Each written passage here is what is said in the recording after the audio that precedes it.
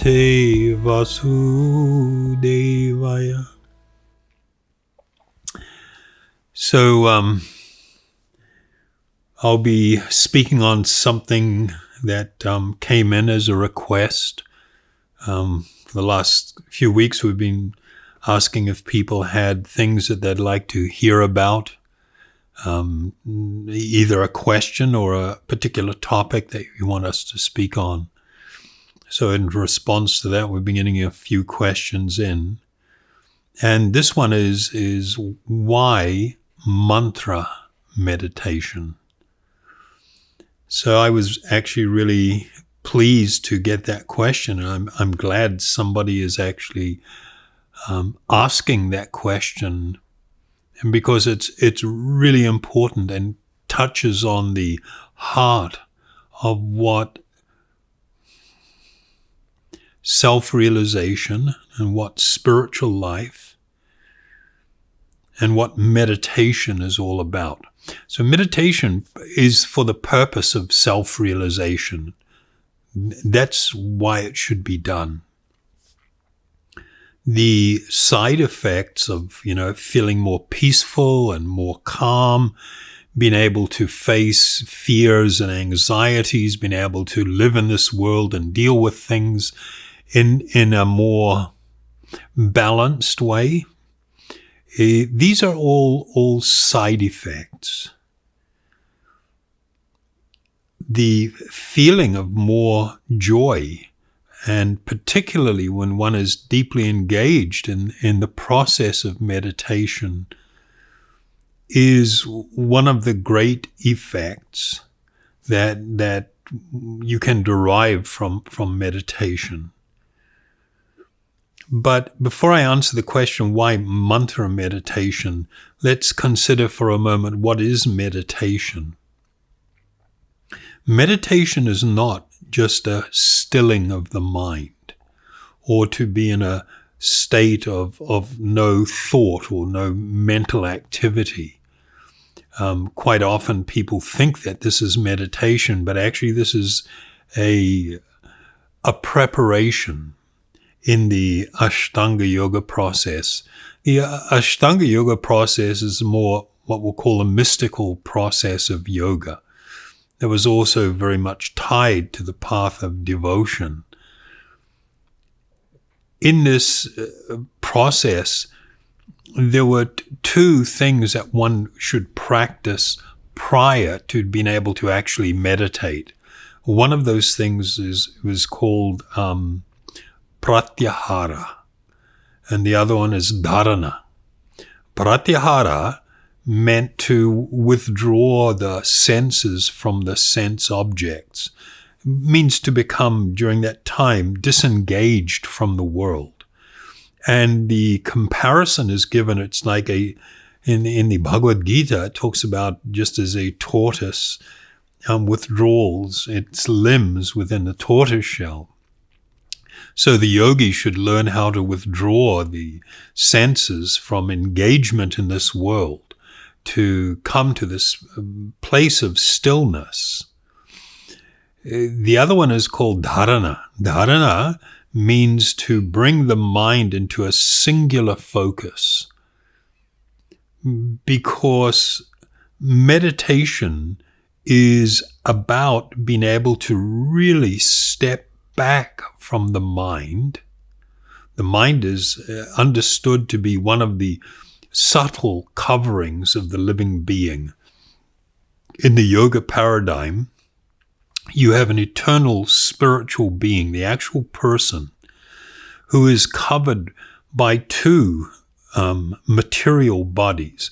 One is the gross body, this thing that you can see me like moving around, and we relate to being the person, but it's actually just a covering of the person.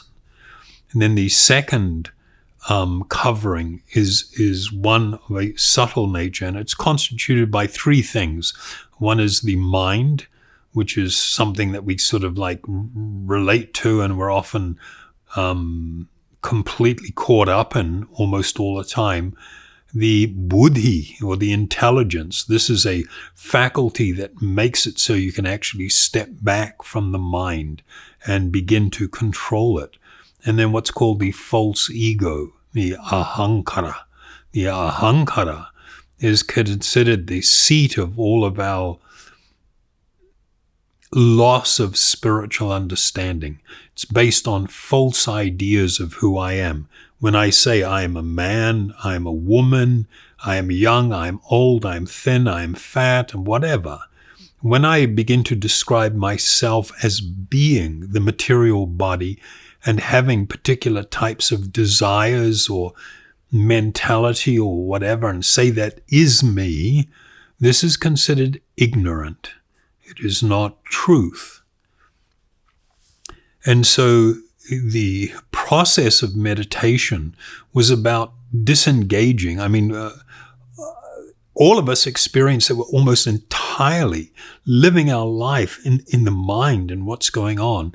The advances in AI, the use of all these devices and connected to the internet and virtual realities of different types that we're becoming absolutely overwhelmed with, are, from a yogic point of view, really bad in that they add to the false concepts that makes it so that we are not inclined to take this inward journey and actually rediscover our actual self and reconnect with our true and eternal being within. We've become absorbed in that which is external and that which is temporary, that which is passing.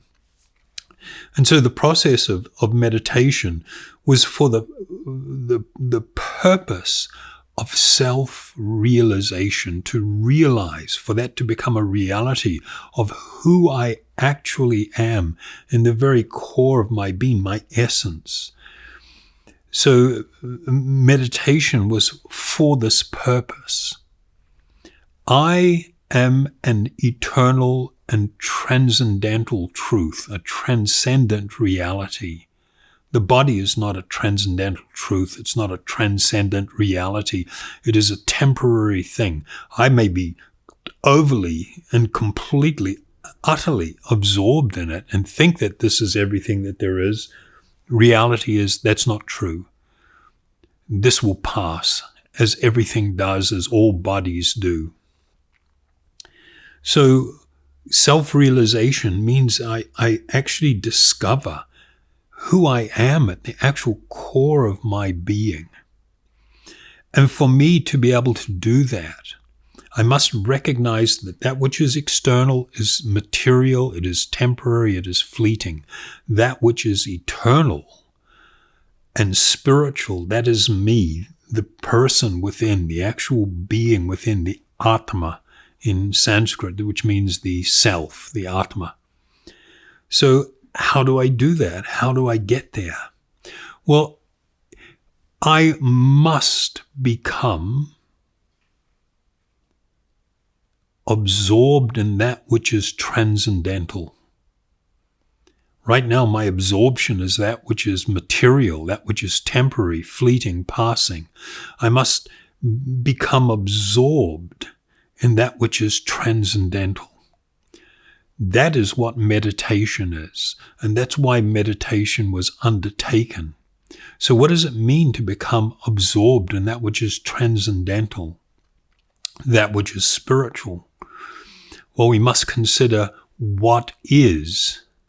What are the options? What is transcendental? What is spiritual? Well, first, you have the actual Atma, the living being who is residing within the body.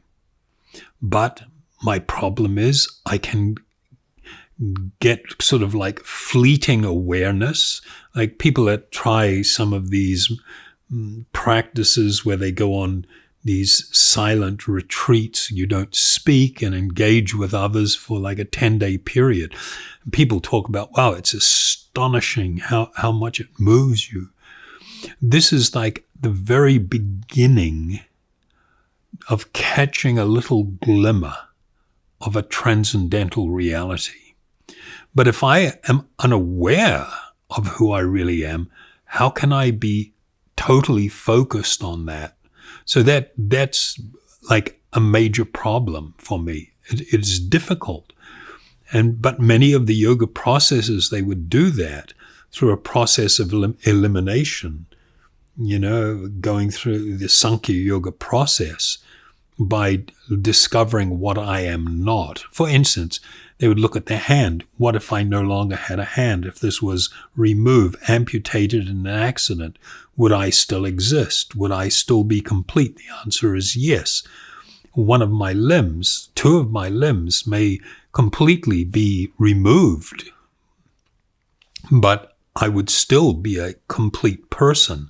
It's not like I've become a 2/3 of a person or half of a person. I'm still a full person. And my body is suffering some losses here. And so they would go through these kind of processes and meditate upon it and reflect upon it in order to try and see what is left. Another option that the majority of yogis, the process that they engaged in, was in what was called Paramatma meditation. Paramatma meditation, this word param means supreme. So the supreme Atma, or the supreme soul. So that there is an understanding that amongst all living beings, Nitya Nityanam, Chaitana Chaitananam, that amongst the infinite ocean of living beings, there is one that is special, there is one that is unique, there is one that is supreme.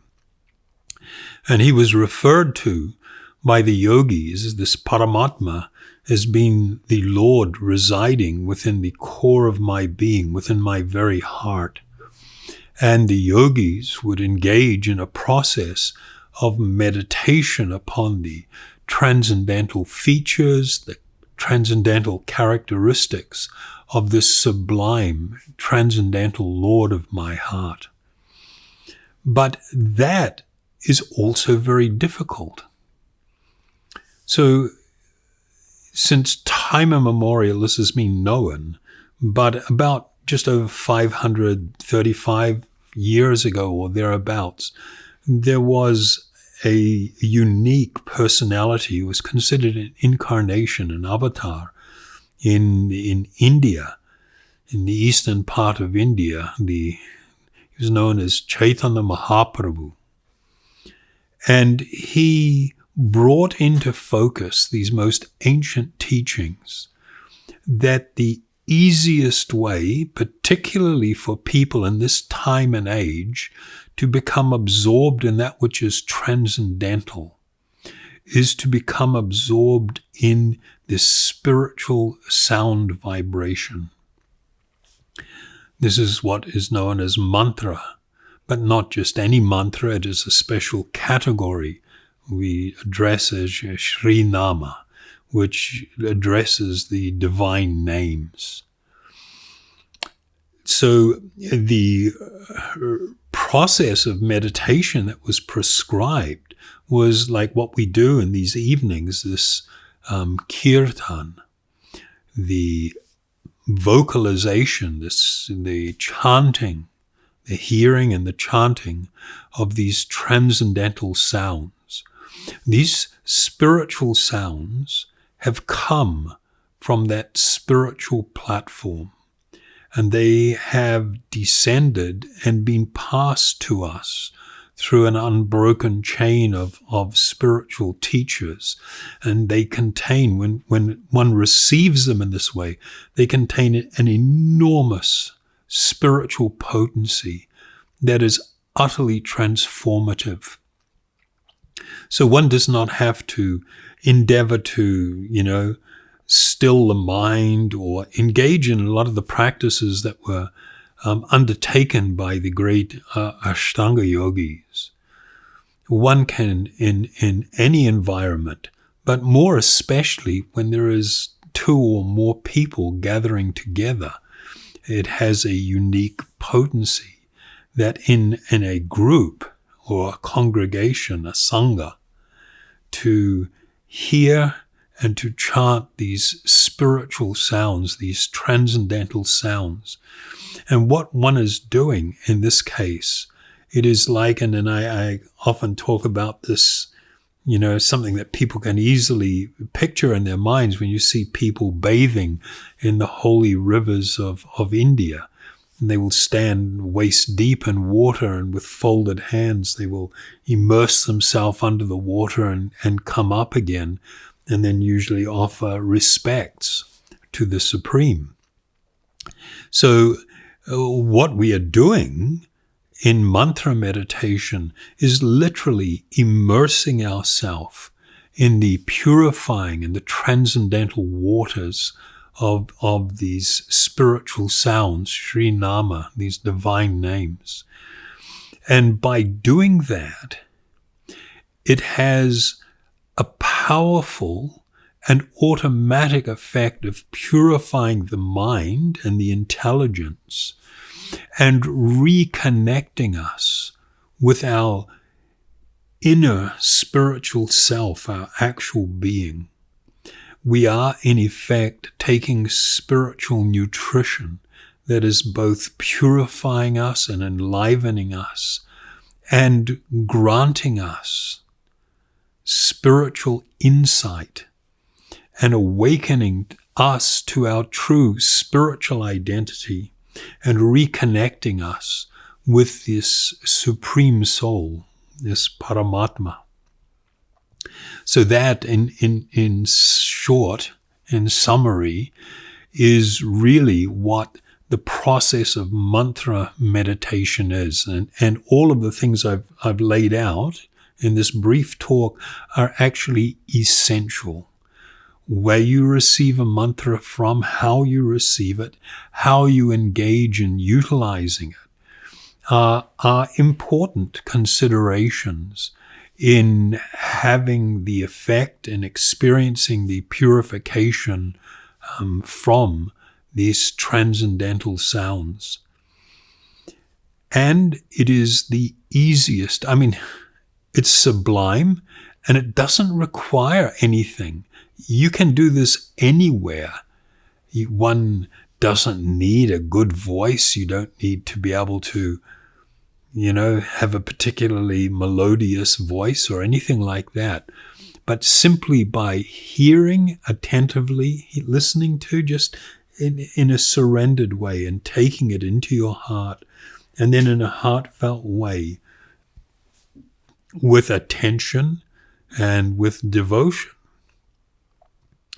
to now say these spiritual sounds, these transcendental sounds, it means we are becoming immersed in that which is completely transcendental.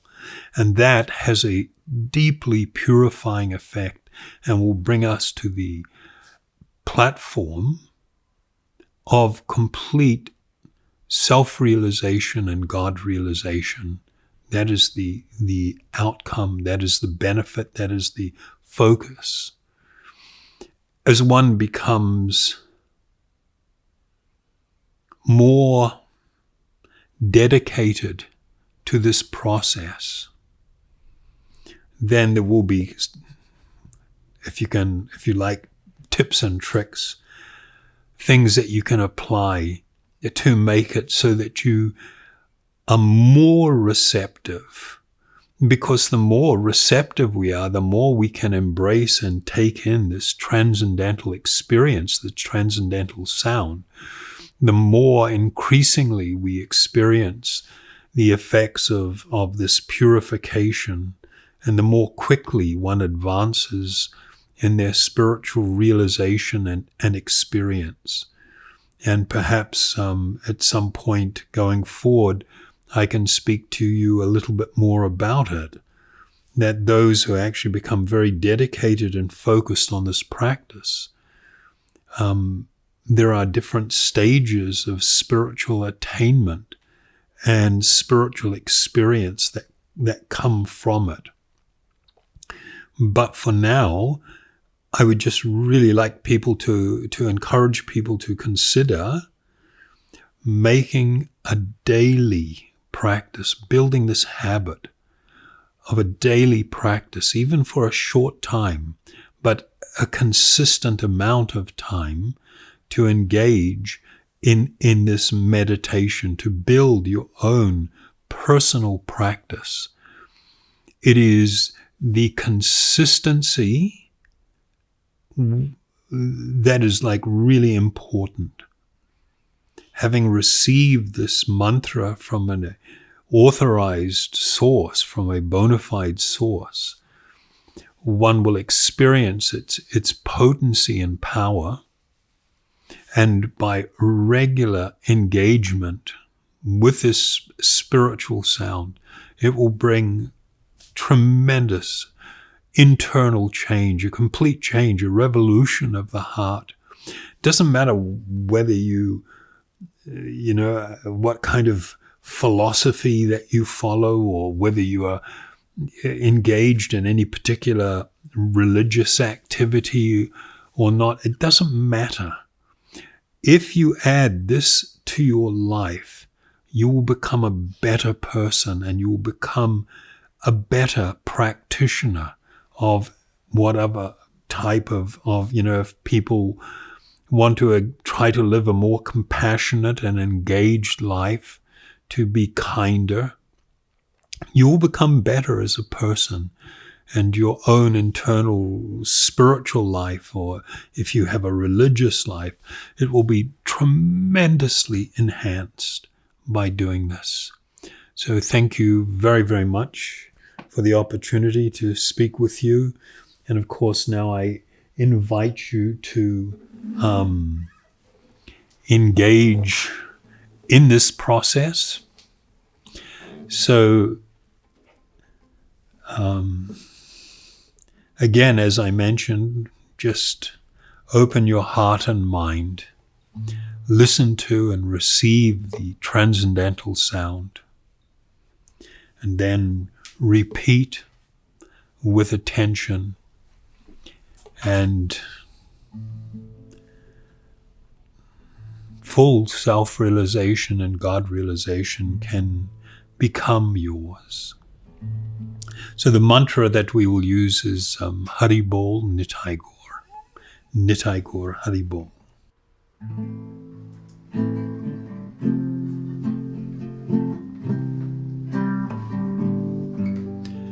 Haribol Nitai Gaur, Nitai Gaur Haribol, Haribol Nitai Gaur, Nitai Gaur Haribol, Haribol Nitai Gaur, Nitai Gaur Haribol, Haribol Nitai Gaur, Nitai Gaur Haribol, Haribol Nitai Gaur, Nitai Gaur Haribol, Haribol Nitai Gaur, Nitai Gaur Haribol, Haribol Nitai Gaur, Nitai Gaur Haribol, Haribol Nitai Gaur, Nitai Gaur Haribol,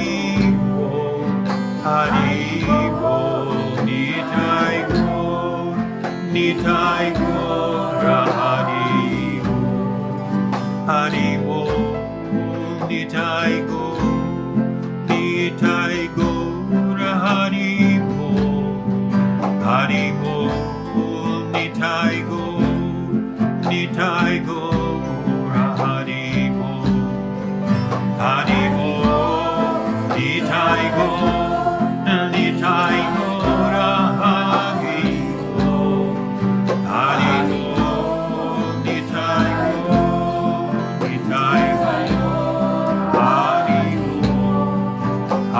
Haribol, Nitai Gaur, Nitai Gaur Haribol, Haribol, Nitai Gaur, Nitai Gaur Haribol, Haribol, Nitai Gaur, Nitai Gaur